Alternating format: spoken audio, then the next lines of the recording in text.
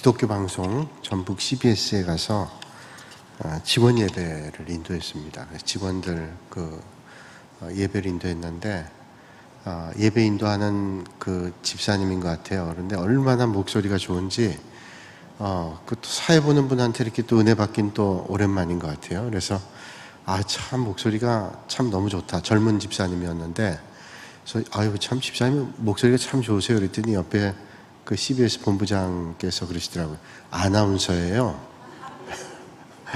아나운서니까. 근데 아나운서도 뭐 호감이 가는 목소리도 있지만 그렇지 않은 목소리도 있잖아요. 근데 아주 호감이 가는 그런 분이었어요. 남자예요. 남자 아나운서인데 참 목소리가 좋더라고요. 그 예배를 드리고 이제 차를 마시는데 본부장님이랑 그 담당하는 국장님이 얘기하시는 거예요. 동북교회 교인들은 참 행복하겠어요. 좀 얘기하기도 좀 쑥스럽네요. 참 행복하겠다고 그래요. 그래서 왜요? 그랬더니 주일날 말씀이 기다려질 거 아니에요. 조금 얘기하고도 거시기 하죠? 그래서 제가 아주 기분 좋았어요. 인사말을 참 이분들이 은혜롭게 하는구나. 그래서 참 감사합니다. 제가 덕담으로 알고 참 너무 감사하다 생각했는데 그 말씀을 들으면서 생각했어요. 우리 교인들이 하나님의 말씀 때문에 행복하면 얼마나 좋을까. 그래서 그분들이 얘기하는 것처럼 매 주일마다 기다려진다. 그러면 얼마나 좋을까. 그런 생각 들었습니다. 올해는 이제 다 갔지만 2020년도에는 매 주일이 기다려지고 하나님의 말씀이 더 사모해지는 여러분들이 되시기를 주님의 이름으로 축복합니다. 자, 이제 서로 한번 인사 나누죠. 매주일 하나님의 은혜를 사모하십시다. 그것처럼 큰 행복이 어디 있을까요? 목회자에게 가장 큰 기쁨은 아마 그걸 거예요. 섬기는 교회 많은 교인들이 하나님의 말씀으로 은혜 받고 믿음으로 산다면 얼마나 복이 있겠어요. 그래서 제 마음속에 다시 한번 다짐했습니다. 매주일 정말로 이분들이 얘기하는 것처럼 우리 교인들이 행복한 주일이 되면 좋겠다. 말씀을 들을 때마다 행복한 시간들이 되면 좋겠다. 여러분들이 행복하면 제가 행복하잖아요. 얼마나 행복하겠어요. 여러분들이 앉아있는데 그냥 얼굴이 화가 나가지고 앉아있으면 제가 불안해요. 얼굴이 환해지면 제가 기쁨이 있고 감사가 있는데 이제 2020년도 새해는 하나님 주시는 은혜가 넘쳐서 얼굴을 봐도 그냥 환한 그런 기쁨이 넘치면 참 좋겠다. 그런 생각이 들었습니다. 그래서 이제 올해 우리가 정책당에 하면서 의논했는데 새해는 저희들이 극동방송에다 설교방송을 이제 한 달에 4번 냅니다. 그래서 매주 금요일 아침 6시 30분에 이제 주일 설교 방송이 나갑니다. 30분 정도. 여러분들이 금요일날, 주일날 들은 설교예요. 그러나 한 번 더 들으시고 또 마음속에 하나님 말씀을 새겨보는 시간이 되면 좋겠어요. 저는 또 마음속에 그런 마음이 들어요. 이제 이게 설교가 물론 지금도 인터넷으로 해서 유튜브로 해서 다 나가지만 이제 나가니까 제 마음가짐도 다르잖아요. 그래서 하나님 말씀 더 사모하면서 묵상하면서 준비해야 되겠다. 그런 생각 갖게 됩니다. 내년부터 하게 됐는데 이제 이번 주일부터 극동방송에서는 방송을 해주겠대요. 그러니까 2주일은 서비스로. 그래서 이제 이번 주일부터 방송을 이제 이번 주일 설교를 그 다음 주 금요일부터 이렇게 방송에 나가는데 제 주보에 올려놓겠습니다. 혹시 전도하는 기회가 있으면 하면 좋겠고 새해는 정말로 힘써서 주님의 나라를 위해서 하나님 나라를 섬기면 얼마나 좋을까. 그래서 우리 교회가 날마다 믿음 안에 든든하게 서는 그런 복이 있어지시기를 주님의 이름으로 축복합니다. 제가 지난 3주간 동안 미국에서 공부하면서 이제 시차가 달라요. 14시간 차이입니다.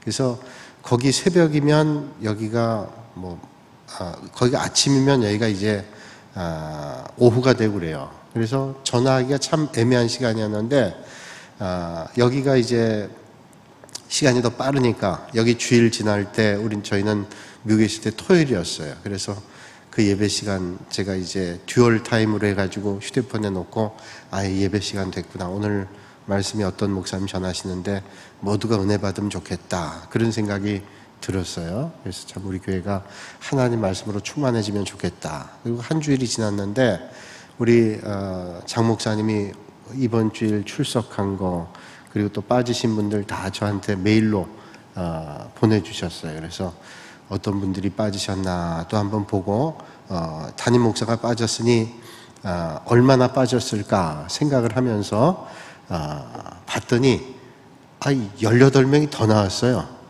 제가 빠져가지고. 그래서 담임 목사가 없는데 18명 더 나오니까 좋잖아요. 담임 목사 없는데도 이럴 때 더 열심히 예배 나와야 된다. 담임 목사 없다고 교회 빠지면 안 된다. 그래서 나오니까 얼마나 좋아요. 같이 공부했던 목사님 가운데 한 분은 우리 교회는 내가 빠졌다고 150명이 빠졌다는 거예요. 담임 목사가 없다고 150명이 빠졌답니다, 예배당에. 그래서 제가 그 담임 목사 그 정도는 돼야지. 담임 목사 빠지니까 얼마나 마음이 서운하면 그렇게 많이 빠졌겠냐라고 얘기는 했어요. 라고 얘기는 했는데 저는 정말로 제가 빠진 다음에 여러분들이 18명이 더 나와서 그걸 보면서 어떤 생각했냐면 우리 교회가 건강하구나. 저는 그렇게 생각했어요. 우리 교회는 담임 목사가 나가 있으니까 더 우리가 주의를 지키고 주님 몸된 교회 섬겨야 되겠다. 그런 마음으로 나오시니까 너무너무 감사하더라고요. 근데 그 다음 주일날은 좀 더 많이 빠지셨대요. 그래도 별 그렇게 차이가 없었어요. 그래서 참 감사하다. 또 그렇게 빠졌을 때도 열심히 나오셔서 감사하지만 또 나와서 주일 지키니까 또 조금씩 더 느니까 또 감사해요. 조금 더 감사하더라고요. 그래서 우리가 날마다 건강한 믿음으로 믿음의 길을 걸으면 좋겠다. 그런 생각합니다. 오늘은 이제 지난 몇 달 동안 교리에 대한 말씀을 했어요. 여러 가지 제목을 달았지만 사실은 창조부터 해가지고 인간의 죄 문제, 교회는 뭐냐, 교회론, 성령론 쭉 했어요. 이제는 마지막 종말론입니다. 종말론. 아마 한 줄은 안 될 것 같고 다음 주까지 해야 될 것 같아요. 종말론. 종말론은 뭐예요? 이제 예수님께서 다시 재림하신다. 그래서 재림하시게 될 때 역사의 종말이 오죠. 자, 개인의 종말은 우리가 세상을 떠나는 겁니다. 죽는 거죠. 종말인데 개인의 종말입니다. 다 이 세상에 왔던 사람들은 다 종말을 봅니다. 내가 먼저 종말을 보든지 주님이 다시 오시는 종말을 만나든지 그건 역사의 종말이죠. 주님이 다시 오시는 것은 재림은 역사의 종말, 우리가 먼저 죽게 되면 개인의 종말이라는 거예요. 자, 우리가 창세기 1장 1절에 성경이 이렇게 말씀하고 있습니다. 창세기 1장 1절 시작. 태초에 하나님이 천지를 창조하시느니라. 다 아시죠? 창세기 1장 1장 다 아세요. 이제 요한계시록 마지막 장 마지막 절을 알면 끝까지 다 아는 거예요. 자, 계시록 요한계시록 22장 21절 말씀 시작. 주 예수의 은혜가 모든 자들에게 있을지어다. 아멘. 사람들이 마지막 요한계시록 22장 21절 말씀을 20절과 헷갈립니다. 왜 20절과 헷갈리냐면 20절 말씀이 이런 말씀이 있거든요. 아멘. 주 예수여 오시옵소서. 그러니까 마지막 그 말이 아주 멋있잖아요. 아멘 주 예수여 오시옵소서. 그래서 사람들이 요한계시록의 마지막을 그걸로 생각해요. 그런데 요한계시록 22장 21절이 마지막 절 말씀인데 주 예수의 은혜가 모든 자들에게 있을지어다. 그러니까 창세기 말씀과 요한계시록 마지막 장 마지막 절 말씀을 여러분들이 알면 성경 전체를 다 아는 거예요. 어떤 신학자는 말하기를 창세기부터 해서 요한계시록까지의 말씀은 은혜로 시작해서 은혜로 끝난다. 그렇게 말씀해요. 그래서 오늘 설교 제목이 뭐예요? 은혜에서 은혜까지. 왜 은혜에서 시작해서 은혜로 끝내냐? 자, 태초에 하나님이 천지를 창조하시냐. 아무것도 없었는데 하나님께서 천지를 창조하셨어요. 이게 은혜로운 사건이죠. 하나님께서 아무것도 없는 세상에 태초에 하나님이 천지를 창조하셨어요. 그래서 하나님께서 역사를 운행하시고 우리 인생을 섭리하시고 이끌어가시고 이제 주님께서 마지막에 은혜로 주 예수의 은혜가 모든 자들에게 있을지어다. 은혜로 마친다.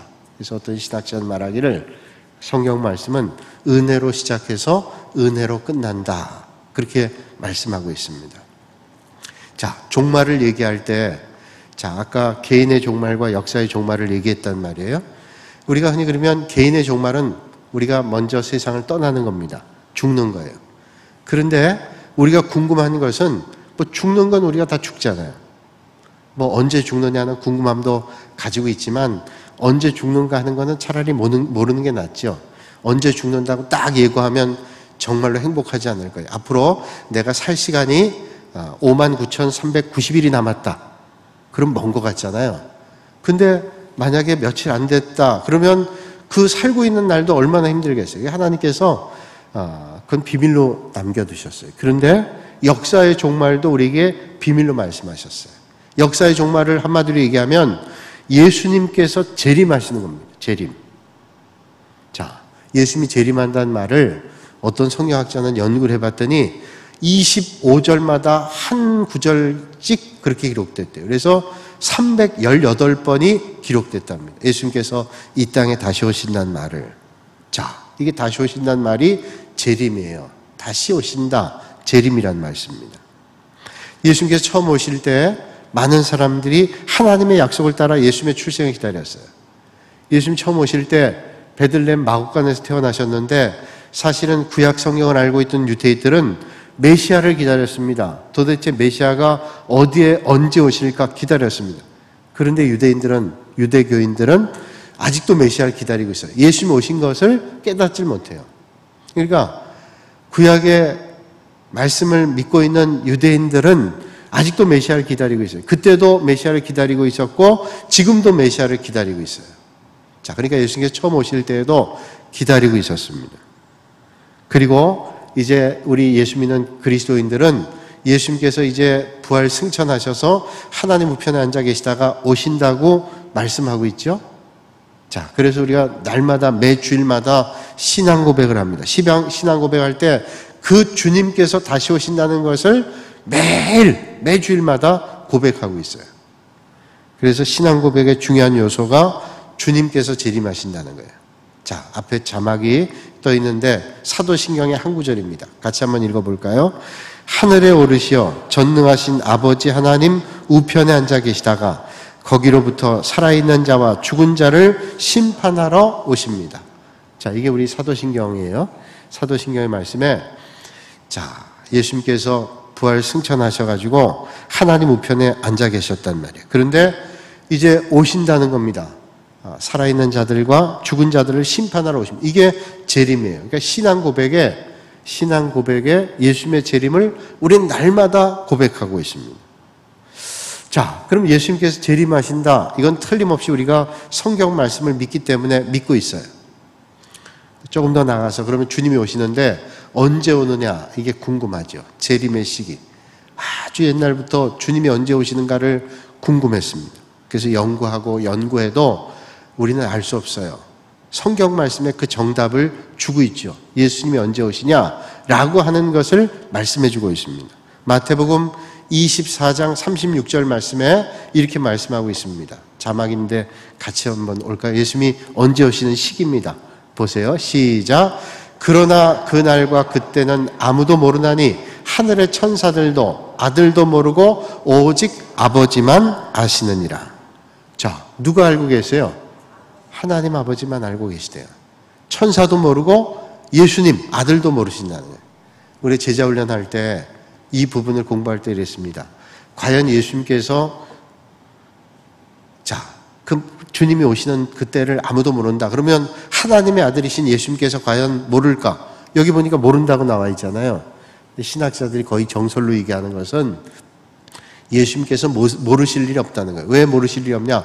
예수님이 하나님인데 하나님, 예수님, 성령님이 한 분 하나님인데 어떻게 모르실 수 있냐? 아신다. 그런데 이렇게 얘기한 거는 역설적인 의미죠. 예수님조차도 모를 정도로 비밀이다. 여러분, 성경에 나와 있지 않고 우리에게 말씀하지 않는 것은 우리가 구태여 알 필요가 없는 거예요. 자, 그러면 사도행전 1장 7절의 말씀 보면 왜 재림의 시기를 우리를 모르게 했는가 보세요. 같이 한번 읽죠. 시작. 이르시되 때와 시기는 아버지께서 자기의 권한에 두셨으니 너희가 알 바 아니오. 아멘. 자, 때와 시기를 하나님께서 우리에게 알 바가 아니라는 거예요. 그러니까 알 바가 아니라는 말은 너희들 알 필요 없어 이런 말이잖아요. 좀 그건 거친 말이지만 알 필요가 없다 하는 이런 말이에요. 그 말은 뭐냐면 때와 시기가 중요한 게 아니라 마지막 때를 늘 대비하면서 준비하는 삶을 살아가는 겁니다.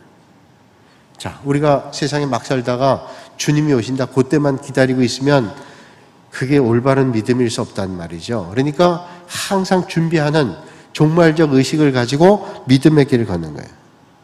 재림의 때에 대해서 예수님의 제자들이 물었습니다. 그러나 예수님께서도 인간이 알 수 없는 일이라고 말씀하시면서 감추어진 일이다. 오직 그때는 하나님 아버지만 알고 계신다. 하나님 뜻 안에 있다라는 거예요. 1992년 10월 28일에 이장님이라고 하는 사람이 다미 선교회를 조직해서 예수님께서 1992년 10월 28일에 이 땅에 재림하신다. 그런 말을 펴뜨렸습니다. 그리고 그분이 책을 썼는데 다가올 미래를 준비하라. 그런 시리즈를 냈어요. 그래서 그 책이 많은 사람들이 봤습니다. 그 책을 보면 아주 신기한 내용들이 있어요. 저도 그 책을 봤는데 별 성경에 없는 희한한 얘기를 하는 거예요. 지금 마지막 때가 됐는데 예수님의 재림을 준비하는 사람들이 여기저기 있는데 뭐 대구에 있는 중학교 2학년 누가 재림을 준비하고 있고 또 춘천에 누가 준비하고 있고 그런 내용들이 쭉 있는 거예요. 그걸 보면 정말로 구체적으로 얘기하는 게 실제인 것 같아요. 그런데 가짜예요. 여러분 성경을 벗어나거나 성경을 거스르는 일은 그건 가짜입니다. 그럴듯하게 얘기해도 성경을 벗어나는 것은 가짜예요. 성경에 말씀하지 않은 것을 얘기하는 것은 가짜입니다. 분명한 거예요. 그러니까 여러분 누군가 얘기할 때 성경 밖에 있는 얘기를 할 때 야 이거 신기한데 듣도 보도 못한 일인데 신천지인데 그러고 가면 그건 이단이에요. 왜냐하면 하나님의 말씀 우리에게 주셨어요. 말씀을 벗어난 건 다 이단이란 말이에요. 그러니까 다미선교회가 1992년 10월 28일에 예수님께서 재림한다니까 많은 사람들이 그때 재림을 기대하거나 어떤 분들은 그럴 리가 없다 그러거나 또 어쩔 줄 모르고 막 당황할 때가 있었어요. 그래서 기다려보자 그런 분도 있었고 그때 한 교수님이 그런 얘기를 했어요. 지금 이장님이라는 사람이 1992년 10월 28일에 예수님께서 오신다 그러니까 그럴 리가 없다. 절대로 안 오신다. 이런 사람이 있대요. 그것도 조심해서 할 말이라는 거예요. 왜? 예수님이 오시는 거야 하나님이 알고 오시는 것인데 아니 그날 오시면 또 어떡할 거냐. 그러니까 그날 안 온다고 하는 말도 이것도 위험스러운 말이에요. 그 당시에요. 그러니까 미래 앞두고 있었을 때 그러니까 그날 온다라고 하는 것도 잘못된 말이지만 그날 절대로 안 온다는 말도 잘못된 거예요. 그거는 하나님의 비밀에 속해 있어요. 지금 우린 다 지났으니까 아닌 걸 알고 있지만 그때 그렇게 말씀하신 걸 듣고 맞다. 그러니까 그거를 부인하려고 절대로 오시지 않는다는 말도 이건 위험스러운 말이라는 거예요. 자, 우리는 알 필요 없어요. 마지막 때 주님이 오신다. 이런 사실을 우리는 생각하면서 마지막 때를 주님께서 우리에게 말씀하지 않았다는 건 뭐냐면 늘 우리 인생의 마지막 때라는 사실을 기억하면서 믿음의 길을 경주할 거를 주님께서 말씀하고 있는 거예요. 자, 그래서 옛날부터 예수님의 재림에 대해서 부정하는 사람들이 있었습니다. 그건 뭐 최근에 있는 사람이나 근래에 있는 사람뿐 아니라 역사적으로 옛날부터 예수님의 재림에 대해서 부정하는 사람들이 있었어요. 몇 가지 설이 있는데 무재림설이라는 게 있습니다. 무재림설. 재림하지 않는다 이거예요. 여러분 예수님께서 이 땅에 오시는 것을 원하지 않는 사람들은 어떤 사람들이 예수님께서 이 땅에 오시지 않기를 원하냐면 이 세상살이가 너무 즐거운 사람들이에요. 주님이 오시면 어떻게 내가 지금 이 세상 사는 게 얼마나 즐거운데 여기에 빠져있는 사람들은 주님을 오시는 것을 원하지 않아요. 그래서 베드로서 3장 3절로 4절에 이렇게 말씀하고 있습니다. 3장 3절과 4절인데 앞에 자막 보면서 말씀을 잘 생각하면서 한번 읽어보시죠. 무재림, 재림하지 않는다는 사람들이 이런 사람들이에요. 시작. 먼저 이것을 알지니 말세에 조롱하는 자들이 와서 자기의 정욕을 따라 행하며 조롱하여 이르되 주께서 강림하신다는 약속이 어디 있느냐? 조상들이 잔 후로부터 만물이 처음 창조될 때와 같이 그냥 있다 하니. 자, 이 사람들이 어떤 사람들이냐면 말세에 조롱하는 사람들이 자기 정욕대로 삽니다. 마음대로 삽니다. 그럼 조롱하면서 말하기를 그냥 지금 옛날부터 지금까지 그대로 있는데 무슨 주님이 오시냐? 그대로다. 옛날이나 지금이나 그대로다. 그래서 예수님께서 재림하시지 않는다라고 주장하는 사람. 자, 세상에 취해 있는 사람들은 주님이 오시기를 원하지 않아요. 재림을 인정하고 싶지 않습니다. 무재림이에요. 예전에 저희 아이들 어릴 때 키울 때 보니까 엄마 아빠가 나가는 걸 싫어하는데 어떤 날은 엄마 아빠가 나간다니까 안녕히 다녀오세요 그러더라고요. 기쁘게. 그러면서 하는 말이 천천히 오세요 그러더라고요. 아니 얘가 왜 그럴까 했더니 이유가 있는 거예요. 만화 영화가 시리즈로 재밌는 게 쫙 펼쳐지는 거예요. 그러니까 천천히 오세요. 빨리 와서 공부하란 말 하지 말고 천천히 오세요. 천천히. 여러분 우리가 세상에 취해 있으면 주님 빨리 오시면 불편해요. 그냥 내가 조금 더 편하고 즐겁게 살다가 주님 만나도 되겠습니다. 이게 무재림설이에요. 그래서 재림을 원하지 않는 사람들 무재림을 주장하는 거예요. 또 재림을 부정하는 사람들 가운데 기재림설이 있습니다. 기재림설. 이미 재림했다 이런 말이에요. 이미 재림했다. 이미 예수님께서 재림하셨기 때문에 재림을 기다릴 필요가 없다고 주장하는 말이에요. 그러면 성경에 어디 예수님께서 이미 재림했다는 말씀이 어디 있어요? 그들이 주장하는 근거는 여기 있습니다. 요한계시록 16장 15절의 말씀이에요. 보라 내가 도적같이 오리니 이렇게 말씀해요. 도적이 예고하고 오나요? 예고하고 안 와요. 살짝 왔다 갑니다. 그러니까 예수님께서 이미 재림하셨는데 너무 살짝 오셔가지고 모른다는 거예요. 이미 세상에 재림해 계시다는 거예요. 이것도 말씀 보니까 그럴듯하죠? 도적같이 임하리니 했으니 주님께서 이미 오셨다. 기재림설을 주장한 사람입니다. 그리고 세 번째는 항림설입니다. 항림설. 항림일의 항자는 항상이란 뜻이에요. 주님이 항상 우리와 함께 하신다 그러는데 무슨 주님이 또 재림하시겠나? 그 말씀의 근거는 마태복음 28장 20절 말씀이에요. 내가 세상 끝날까지 너희와 항상 함께 있으리라. 아니 주님께서 항상 우리와 함께 있다 그랬는데 무슨 또 주님이 재림하냐? 이미 지금 여기에 함께 하신다. 그러니까 재림을 부정하는 거예요. 그 다음 또 하나는 성령 강림설입니다. 예수님께서 부활 승천하시면서 보혜사 성령을 보내시겠다 그랬는데 그 성령이 하나님이고 성령이 예수님이지 않냐. 그러니까 성령 강림은 예수님의 재림이다 라고 주장해요. 자, 대표적으로 신학적으로 네 가지입니다. 무재림설, 기재림설, 항림설, 성령 강림설. 아마 여러분이 믿음 생활하면서 혹시 이단들이 이런 말 하는 사람도 있으면 이거 잘못된 겁니다. 그럴듯한데 이단은 뭐예요? 달을 이자에 끝단자예요. 비슷하다가 끝이 달라요. 비슷하다고 따라가면 안 됩니다. 끝이 다른 거예요. 끝이 달라요. 그러니까 이것 하나님의 말씀이 없는 것들은 다 잘못된 거잖아요. 이상의 것들은 뭐냐면 성경을 오해하거나 예수님의 재림을 제대로 믿지 않기 때문에 생기는 잘못된 주장들이에요.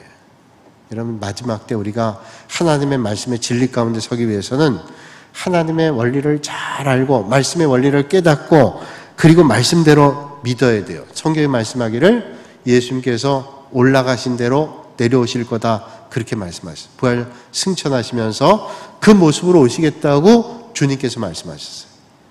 제가 성경 공부 시간에 자주 말씀드리는데 저는 주님께서 부활 승천하시는 것은 보질 못했습니다. 여기 여러분들도 아마 못 보셨을 거예요. 그래서 하나님의 말씀을 믿으니까 우리가 만약에 살아있을 동안 주님이 오신다면 아마 우리가 육의 눈으로 예수님께서 재림하는 걸 보실 거고 우리가 만약에 먼저 우리의 인간의 종말이 온다면 나중에 부활 승천할 때 주님께서 오시는 것을 우리는 볼 거예요. 똑같이 그 오시는 모습이 올라가셨던 모습이다 라는 것을 저희는 말씀을 믿기 때문에 믿을 수 있다는 거예요. 자, 그럼 예수님 재림하시고 그 재림의 때, 시기 이건 중요한 게 아니라 우리는 마지막 종말적 신앙을 가지고 믿음의 길을 잘 걸어야 되는데, 자, 옛날에 예수님 가실 때에도, 부활 승천하실 때에도 예수님께서 이제 곧 오겠다면서 보혜사 성령 보내주셨는데, 예수님을 따르는 사람들이 이제 곧 예수님이 오실 것 같아가지고 그런 말씀하셨으니까 다 이 사람들이 주님 오시길 기다렸단 말이에요. 근데 예수님께서 오시겠다 그랬는데 예수님을 만나서 그 말씀을 들었던 사람들이 한 사람 두 사람 죽기 시작해요. 그 한 사람 두 사람 죽기 시작하니까 예수님을 목격했던 사람들이, 목격자들이 사라지게 되니까 어떻게 해요? 이게 기억이 희미해지게 되는 거예요. 그래서 우리의 후대에 주님께서 다시 오신다, 주님의 그 사역의 현장들, 그리고 주님께서 역사하셨던 것들을 남겨줄 필요가 있는 거예요. 그래서 예수님께서 재림이 늦어지기 시작해서 그때부터 신약 성경을, 예수님을 목격한 사람들이 기록하기 시작합니다. 성령의 영감받은 사람들이 성경을 기록하죠. 그래서 예수님의 재림이 늦어지니까 신약 성경이 기록된 거예요. 그래서 신약 성경이 기록된 것을 397년에 카르타고라는 곳에서 이제 이게 정경이다, 신약 정경이다, 27권을 정경으로 인정하죠. 왜? 예수님의 재림이 점점 늦어지니까, 여러분 예수님이 금방 오시면 무슨 성경이 필요해요? 말씀 그 자체이신 예수님이 오시는데. 근데 예수님이 오시는 게 늦어지니까 이제 성경을 기록하게 됐단 말이죠. 자, 그러면 예수님 재림하시고 그때와 시기는 하나님만 알고 우리는 마지막 때를 믿음으로 기다려야 되는데, 그럼 우리는 전혀 예수님이 언제 오실지를 모르는데 좀 불안하단 말이에요. 그럼 도대체 주님께서는 그 징조를 말씀하지 않는가? 아니에요. 예수님께서 말씀하셨죠. 그때와 시기는 알지 못하지만 징조는 있다고 우리에게 말씀하셨어요. 옛날에 저희 큰아이 날 때, 한 31, 2년 된 것 같아요. 큰아이 날 때 서울의 위생병원에서 낳았는데 엄마도 거기서 낳았어요. 동기예요. 그러니까. 근데 그 병원에서 낳았는데 이제 기다리고 있었는데 이제 분만해야 된다고 분만 대기실 가래요. 근데 저도 가 있으라는 거예요. 제가 처음 경험했어요. 분만 대기실에서 제가 분만할 것도 아닌데 가서 거기 대기했다고. 그래서 희한한 걸 봤어요. 거기서 이제 다 이렇게 커튼을 쳐 있는데 그 옆에 있는 또 누가 임산부겠죠. 근데 남편이랑 거기도 들어와서 대기하고 있는데 갑자기 막 죽겠다. 막 아우성을 치고 너무 배가 아프다고 막 그래요. 막 의사 부르려 할 때 의사 또 안 오네. 아직 아니라고 하면서 뭐 얼마나 소리를 지르는지 몰라요. 그 막 옆에 있는 제 아내도 불안하고 저도 불안하잖아요. 막 불안한데 뭐 얼마나 소리를 지르는지 몰라요. 그러더니 한 5분 10분 된 날은 또 웃는 소리가 들려요. 아니 그 죽겠다는 사람이 또 웃는 소리를 듣고 뭘 또 먹는다 그러고 그거 좀 희한한 사람이네. 제 아내는 그런 경험을 안 했어요. 왜냐하면 제왕절개로 나와가지고 전혀 그런 경험 못했어요. 근데 옆에서 제가 그 처음 봤어요. 하여튼 야, 그거 희한하다. 근데 그걸 보면서 제가 말씀이 깨달았어요. 야, 이 재림 때가 이거구나. 주님이 오실 때인데 모르고 있다가 저렇게 주님 만나. 여러분, 아기가 태어날 때 10달 그리고 언제 난다 예정일 하죠. 예정일 하지만 꼭 그 예정일에 태어나지 않아요. 저희 애는 예정일보다 2주일 뒤에 태어났는데 2주일 뒤에 태어나니까 어떤 목사님 그러더라고요. 세상이 약해가지고 애가 늦게 나왔다고. 그래서 그냥 웃고 말았는데 첫 아이는 보통 늦게 태어난다 그러잖아요. 뭐 다 좀 다를 수 있겠지만, 근데 우리가 대충 언제 예정한다 그래도 그게 안 돼요. 수술하기 전에는, 수술은 뭐 날짜를 자꾸 잡으니까 하지만 아이가 출산하는 건 잘 몰라요. 그런데 징조는 있잖아요. 배가 아팠다, 뭐 어쩌다, 뭐 자세히는 모르지만 하여튼 징조는 있단 말이에요. 그런데 정확히 모르지만 징조가 있는 것처럼 주님이 재림할 때도 징조가 있다는, 징조. 그 징조가 어떤 징조냐? 자, 예수님께서 제자들 만나셨을 때 제자들이 물었어요. 예수님, 주님이 재림하시는 그 징조, 그 어떤 징조가 보입니까? 라고 물을 때 예수님께서 마태복음 24장 32절로 35절에 말씀해 주고 있습니다. 징조를 같이 한번 읽을게요. 어떤 징조가 있냐? 시작. 무화과 나무의 비유를 배우라. 그 가지가 연하여지고 잎사귀를 내면 여름이 가까운 줄을 아나니 이와 같이 너희도 이 모든 일을 보거든 인자가 가까이 곧 문 앞에 이른 줄을 알라. 내가 진실로 너희에게 말하노니 이 세대가 지나가기 전에 이 일이 다 일어나리라. 천지는 없어질지언정 내 말은 없어지지 아니하리라. 아멘. 자, 징조가 있대요. 징조가 있는데 이제 그런 현상들이 나타나면 그 현상들을 봐라. 그러면 그 재림이 가까운 징조가 뭘까? 어떤 분들은 요새 가만 보니까 지진이 일어나고 전쟁이 일어나고 기근이 있고 뭐 여러 미혹하는 영들이 나타나게 되고 뭐 이런 불법이 성행하고 이러니까 마지막 때가 됐다. 이런 말씀이에요. 틀림없어요. 성경에 그 말씀들이 다 있어요. 기근이 오고 지진이 일어나고 전쟁이 일어나고 그때 어떤 역사학자가 전쟁이 없었던 때가 세상에 어디 있습니까? 여기에 전쟁이 일어나면 또 전쟁이 끝나면 저쪽에 전쟁이 일어나고 전쟁의 역사인데 그래요. 그러니까 종말로 치닫고 있는데 점점 기근과 지진의 소식이 일어나요. 기근은 뭐예요? 굶어 죽는 거예요. 지금 세상의 한편에서는 너무 먹어서 죽고 한쪽에서는 아직도 굶어 죽어요. 그러니까 기근이 지금도 일어나고 지진이 점점 일어나요.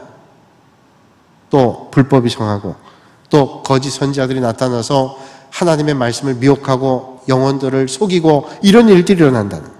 자, 그런 징조가 일어나는데 그 징조에 대한 말씀을 주님이 주고 계세요. 그래서 재림의 징조가 뭔지, 재림 때 주님이 어떻게 오시는 광경의 모습이 어떤지, 그리고 주님이 재림하셔서 죽어있는 사람은 어떻게 하나님 앞에 가고 살아있는 사람은 또 어떻게 하나님 앞에 가는지라고 하는 것들을 다음 시간에 이 말씀 한번 나누면서 우리가 마지막 때 어떤 믿음의 길을 걸을까, 그런 걸 우리가 한번 생각하면서 믿음의 길을 잘 경주하실 수 있기를 주님의 이름으로 축복합니다. 자, 이 시간 우리가 함께 기도하겠습니다. 크게 두 가지로 기도할